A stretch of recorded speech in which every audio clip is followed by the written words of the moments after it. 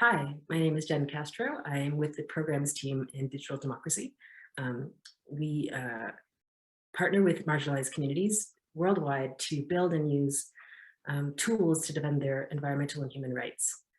I'm super happy to be speaking with you all today, and I'm really excited to share a bit of some of the knowledge that we've developed over practice over the course of the years.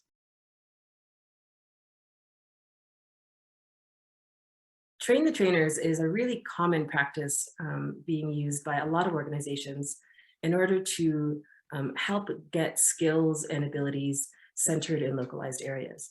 Digital democracy uses a really specific kind of train the trainers methodology, which really tries to empower communities to build confidence and skills in a way that is both culturally relevant and accessible to them and to whatever their needs are. First, I would say that the main pillar is that um, we train skills that are needed and requested. Um, these things are really important because it is up to the community to decide what they want to do and what they want to learn. And with that motivation, it really helps create a foundation for all the energy that it really takes to learn lots of things. Another big pillar is something that we've been developing recently, which is called teaching is learning. So in this kind of model, what's happening here is we are decentering digital democracy as the organization that is the agent of training the trainers and actually centering the communities. So the goal is in teaching is learning, it is the community members who are centered in that role. And so we are supporting them into getting all the skills and abilities that they need to be teachers themselves so that they can train locally.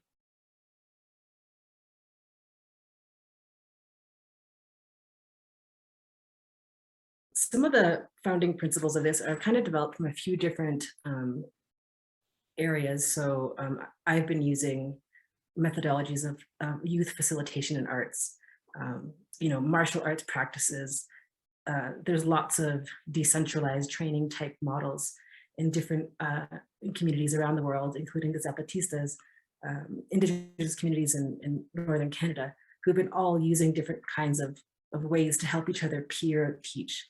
And so these principles basically all say, we all have skills, we all have the ability to share those skills, and we all can be experts in the skills that we share. And everyone has value in what they know. And so in this, what that does is actually supports people to step up early in the development of their skills, to be able to, even if they only know a little bit, share that with someone else, which actually helps redistribute knowledge in a much more natural and gradual way, as opposed to a hierarchical structure where one person is an expert and all the information gets distributed kind of down the chain. In this other method, we're basically allowing people to learn different skills depending on their interest and sharing with each other, and that decentralized kind of knowledge actually helps make more sustainable and grounded, broader based skills across an area or across a team.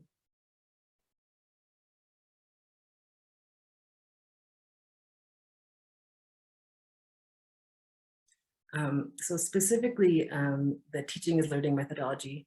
I've been learning a little bit in different spaces, but it was particularly when I was at the Encuentro de Mujeres que Luchan, the gathering of the women fighters, defenders in Chiapas, Mexico, where 7,000 women gathered around the world. And what they did is they actually opened dozens and dozens of workshops simultaneously where everyone was allowed to share skills, share stories, share talent, share art or athleticism, and allow everyone else to learn. And what I saw was all the Zapatista women were in groups, and they would all make sure that every single session had their women in each group, taking notes and learning from each other. And then I realized that it was a gathering for everybody, but it really was a gathering that gave them the ability to bring in people from the outside to share their knowledge so that they could then share it with their communities. And when I noticed that pattern, I realized, wow, they really took an opportunity to say, you know what, I'm going to learn this thing And whether it was video editing or learning about oil extraction impacts on women, or how to, I mean, there was actually really amazing sessions on health and wellness, and they all made sure that that information was transmitted to local talent and local note takers to be able to then take to their communities later. And I realized that was the key. They weren't centering visitors, they were centering themselves as learners to become teachers. And that's when I realized it was really critical to make sure that anything that we did in terms of dispelling information was something that they could then easily reproduce immediately after we leave the communities.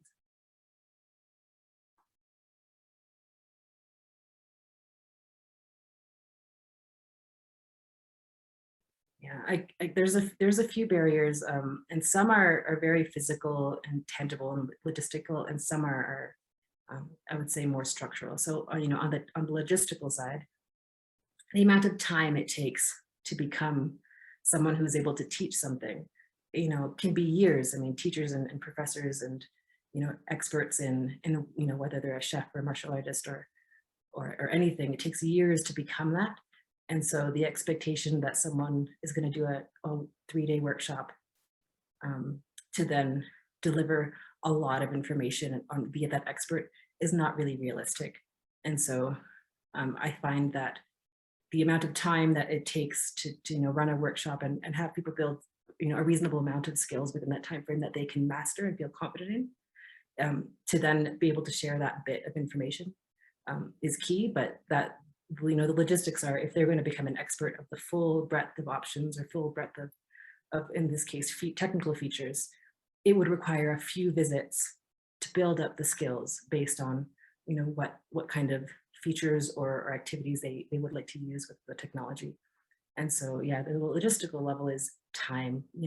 People are working their jobs, they have families, and often are producing lots of they're doing their own food production at the same time as learning technology, and it's a very, very steep requirement to become a trainer locally. And I think being able to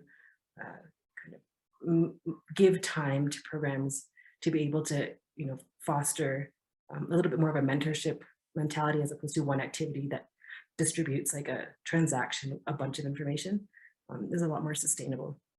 Because as we know, learning is not transactional. You don't pay for education and it gets in your head. You have to actually repeat it and practice it, and it takes time. So I think that's the logistical level. And on the structural level, I think it can be very wildly depending on how a community is structured themselves.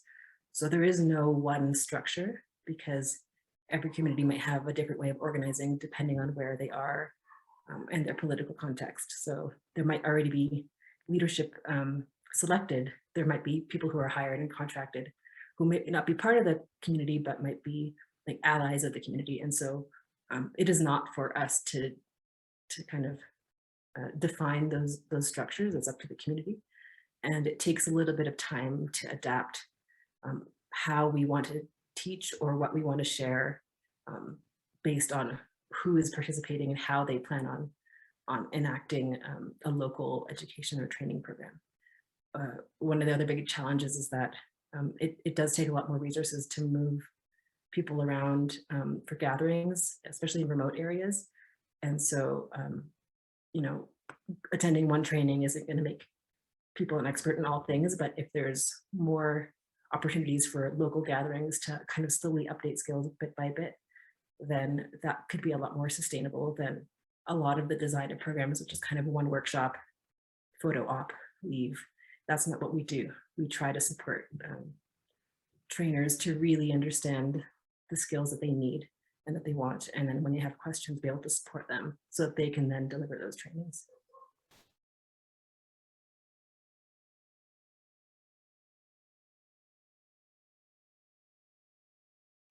The first is actually research, and it's not books. It's actually like interviews and talking and finding out from the local partner and especially the people who are kind of we know are excited to learn the skills, where they are at, what their availability is, what their contexts are, do they have electricity? Do they have access to a printer? What's their phone like? Do they have a projector? Knowing all these details really helps to create kind of a set up something that is realistic for their context. And that's kind of our responsibility to make sure that we're doing that work before we come in and deliver what information we can. The next big step would be actually just delivering a model training to the people who would become the trainer. And so this is actually more like a simulation. So we say, okay, we're going to deliver this training for you. And, we deliver that training. And while we're delivering it, there's also moments of pause where we say, okay, facilitator note or training note. As a trainer, you might want to do this, or what questions come up for you, so that we can make sure that we can address them right now, so that when people come to you with those questions, you know what the answers are. And so that kind of simulation-based training with the key members who will be the ones who will be delivering training locally really helps break down a lot of the components of the training. So later, when they actually do the training, they feel a little bit more confident. I guess the next phase is actually I do a big deep dive in, like as the organizer of a training event, what do you need to do? And we'll actually workshop, okay, like, what logistics do you need to plan, or what are the components that as a trainer you are responsible for when you're not here? And break that down, write it down in a plan, have them create an agenda and a schedule and the breaks and everything that's part of being in a training event, so that they feel like they're in control and they've authored that. And then from there, we move into the actual major training event where they deliver the training to the members of their communities. And so in that, really exciting activity phase, there's lots of gathering, there's lots of people, and they are center stage, and we sit in the background as a technical support as they deliver that training. And anytime there's questions, they can come and run and ask us quickly, like, can you remind me how to do that, or what do I do to solve this problem, or someone had this question and I can't remember the answer. So we are there as support for them as they deliver the training for the first time to their peers. And that practice with the support of us present really makes a huge difference in the confidence level. And I've seen by like the second or third day of them delivering the training, I'm no longer necessary. And it's really amazing to watch that transition from being a learner to then actually them being confident in being a trainer.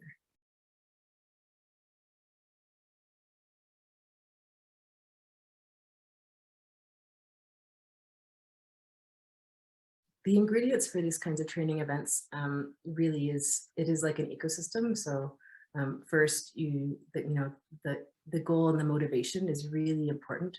In a lot of cases, that we work with people who are doing mapping or monitoring, they're really quite passionate about wanting to be able to digitize the information on their land.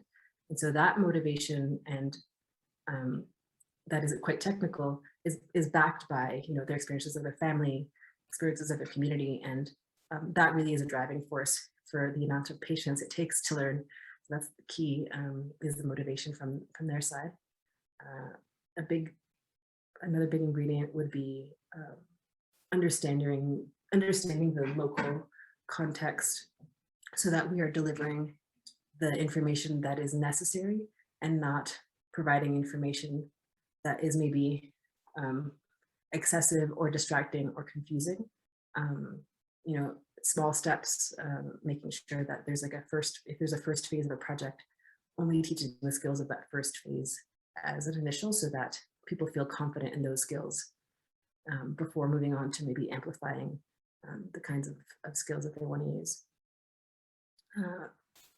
The third would be funding to get people where they need to be, and whether that's us as international partners getting to the local communities where they want us to have the events as opposed to urban centers.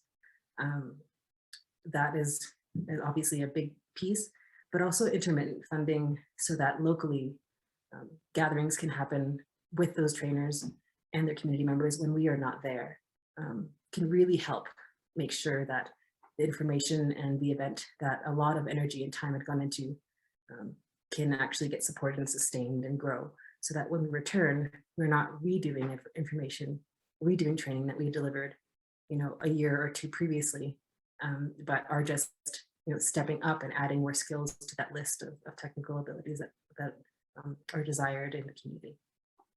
And I would say the biggest um, key is safety. It's really hard to learn under stress. Um, some people can do it, but really it's not the most effective way to learn something. And so having space that is safe, physically, emotionally, where people are, being fed well, being cared for, and that people feel good and feel encouraged to be brave. If they don't know something and a question is asked and they give an answer and it might be wrong or it might be not quite clear, that it's a space where people aren't laughing, but people are kind of trying to learn from each other.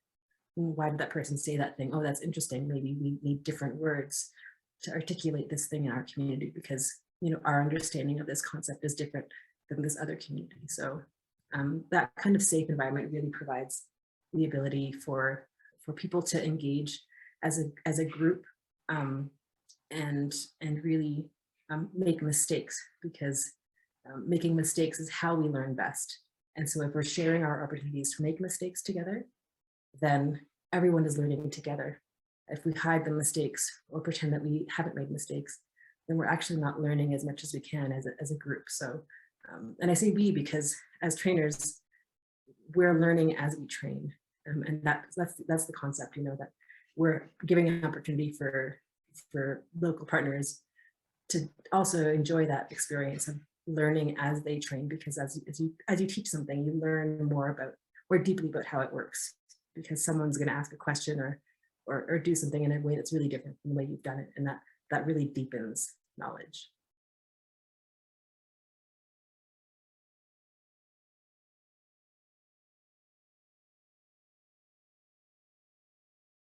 Yes, so this methodology has been used, and,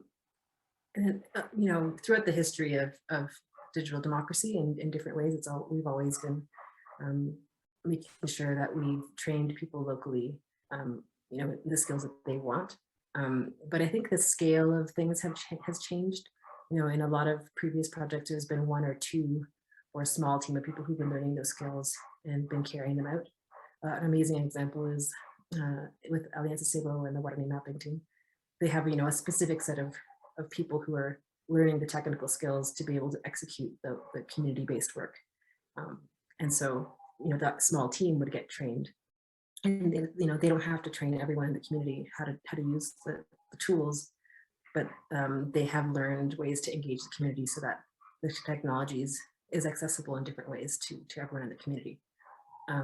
More and more, we're finding that communities that have, let's say, monitoring programs where it takes a lot more people to cover a lot more territory to make sure it's being protected and being cared for,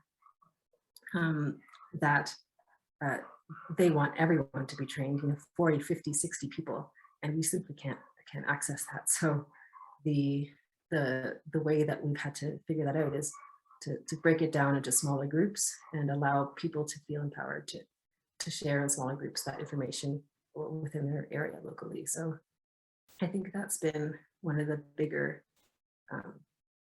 shifts. And so one of the bigger examples of that is with Eka Amarakeri. They have 10 communities that are part of the communal reserve, and they have a really specific team that is part of the monitoring and surveillance of the communal reserve.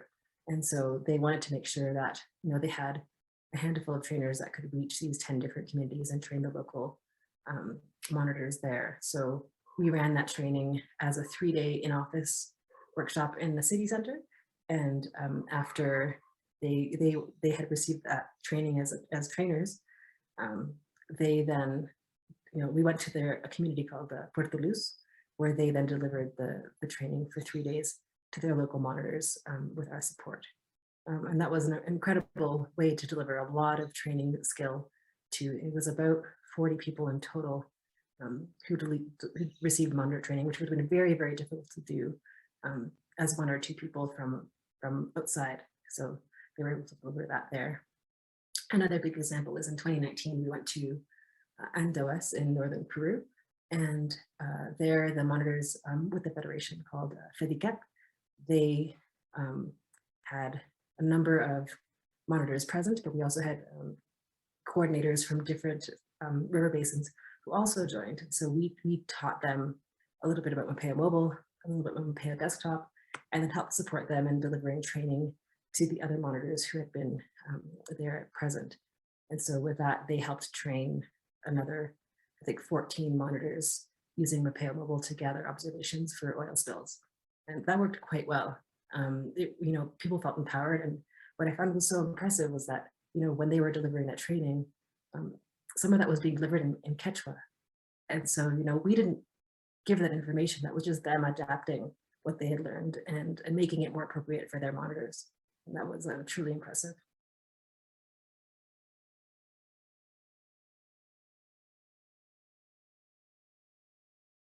The main changes, I think, is the level of communication that is established between both, digital democracy and those champions of tools, or the trainers who are local, but also those local trainers and the entities that they work with, whether it's their local leadership or however their teams are arranged, in addition to their monitors, and being able to articulate more things with them. I think that level of communication gets increased in quality because they're now learning the words to articulate to be able to do their own organizing.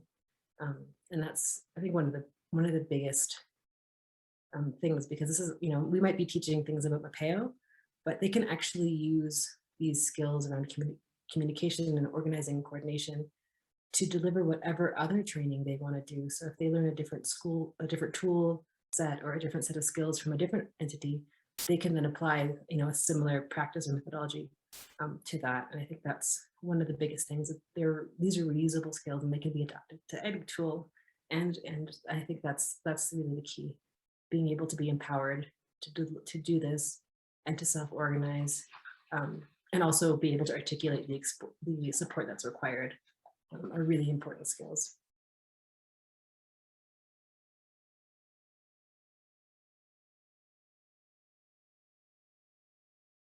There's two main obstacles that I find. One is the ability to return to an opportunity of learning. So often there's one activity planned, with international flights and a lot of travel and big investment from funders to help, realize an event. But there's not as much emphasis placed on the follow-up that is required, because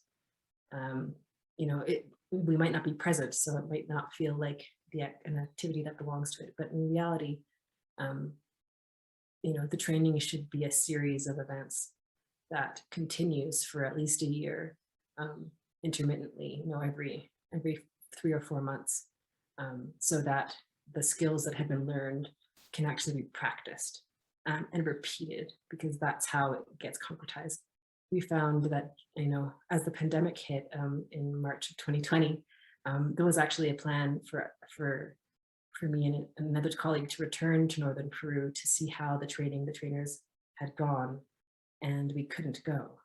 And that was a huge, huge dent in the routine that we had kind of set up. And so there was some contact remotely with the local trainers, but they felt that without having a follow-up visit, or the ability to practice with each other, they started to lose skills. And that was a huge,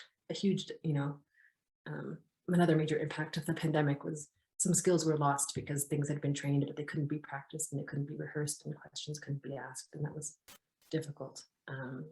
I did actually be able to meet up with one of the monitors that I trained 2 years ago, just a couple weeks ago. And it was amazing. He had said, he didn't really remember anything, but when we actually did the workshop together again, he was able to step up and actually he was a key ally in helping to deliver another new training to monitors locally in his federation. And I think that refresh, even though it was a bit of a small refresh for him, was a huge confidence booster. And it just really showed that having the ability to return um, and support so that people can practice and learn with each other is really key. And the other barrier,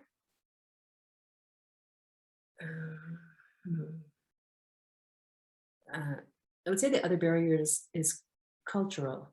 I think some cultures around learning, especially in the history of Western education, have really controlled a power dynamic where someone is at the front of a room, um, giving information, and everyone needs to be quiet and listen, and follow the direction of the person at the front of the room. And that might work for some skills or for some knowledge, but when we're talking about technical skills where people need to use them in the field or practice, that kind of structure doesn't work. And the reason why is because using applications and using tools is quite physical. You actually have to go into the land. You actually have to manipulate the buttons on the screen, and talking about it won't actually impregnate the knowledge in your mind and body. And that's really key. And so I think we try to reduce as much as we can the structure of front of the room, class in rows behind, and try to open circles of dialogue for question and answer, so that people can feel like they can learn, and we really try to go into practice right away. So breaking out into small groups, practicing certain skills, and then coming back and circling up and asking questions or reflecting on what worked and what didn't work. And then going back and practicing again. Those are really key things. But one of the things I've noticed is that some communities have already been told what education is like, and so they expect a classroom structure, and that's a little bit different than what we do. And so I think that whole concept of, did we learn something if we sat in a circle and ran around and used the tool and came back? Like, was that learning? Did we get the training? And in some areas, because they've been told that education works a certain way, they're not sure, they're not convinced that they know things. And that's something that we've been trying to help challenge, that learning happens in lots of ways, that they have other traditional ways of learning and practice. Those are also equally valid, if not more so. And I think that's been a huge thing, that some folks have been like, oh, we don't actually have to learn in the classroom. We don't need the expert to learn things. We just need to have skills that we want to share with each other. And that's been one of the ways that we've been addressing that particular challenge.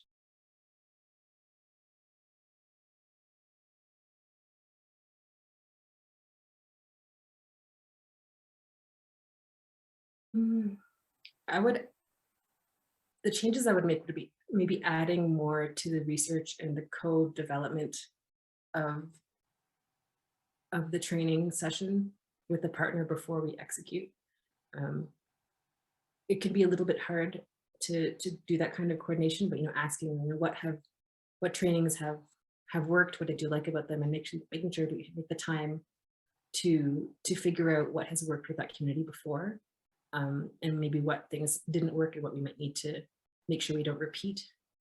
Making time for that, I think, is really key, and we might not always have the time within the activity plan to do that. And so I think that would be one change to add. The second would be to make sure that there's a budget for local follow-up activities.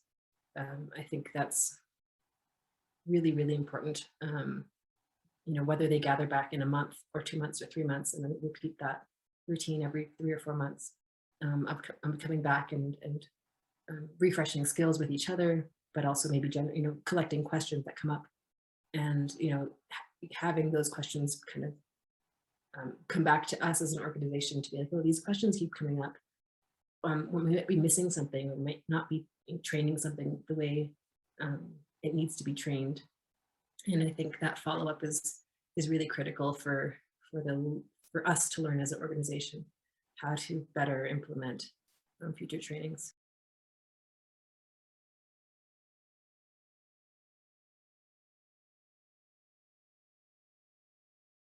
So one of the major things that we've been encountering as an international organization coming in um, is there is lots of energy going towards gender equity in training, which is an amazing thing. I'm so thrilled that that's happening. I think one of the things that we want to make sure we're doing is that while we're doing that, we're also respecting um, local cultural understanding of gender roles and responsibilities. And an urban person doesn't have the same lifestyle responsibilities as someone in a rural area, and it can be really harmful to impose urban Western contemporary feminism into a community where those kinds of principles might actually put women at risk, might actually put women in a position of being more targeted for violence because they start holding power in ways that local men might not feel comfortable with. And so to make sure that we are working at the pace of the community's desire to do gender inclusion work, I think it's happening slowly. And one of the big things for us is to make sure that we are not imposing our culture. We are showing possibilities. And as me as a woman, and lots of female and gender non-conforming teammates who go into the field, just our presence there showing the skills demonstrates that it's possible. And I think that's always opens the doors, and we always have small conversations with the women about what it's like for them to do the work, and how different that is, and all the extra layers of work that they have to do to keep themselves safe and to keep their kids and families happy. And that's, I think, something that we really need to take into account when we do gender equity work while we do our technical training.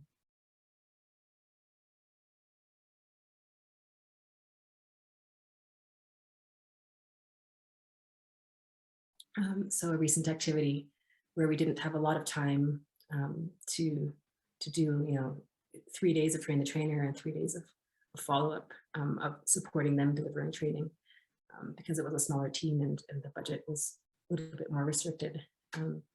It is quite different because as the international organization representation, we are quite in the center of it all, and often taking care of all the details, making it a lot more difficult for the local folks to be able to reproduce a training event in themselves. So I think that's one of the big things that I notice is that if we do a smaller event, or we just do a skill training without centering this ability to kind of support local training, then we really have to make sure that the local community actually has their own way of reproducing their own events and has peer support to be able to do that. It can feel like, I might have to go back in 6 months to refresh this training because they might not have the confidence to be able to reproduce the training themselves, where they can then refresh their own skills. And I think that's one of the things that I noticed is, the time it takes to do this in a way that's going to be long-term sustainable is an investment of time on everyone's behalf. But I think in the long term is well worth it, because these shorter events, they can be impactful in the moment, but it's really hard to say how long the skills will last without that ability to kind of reproduce the training themselves.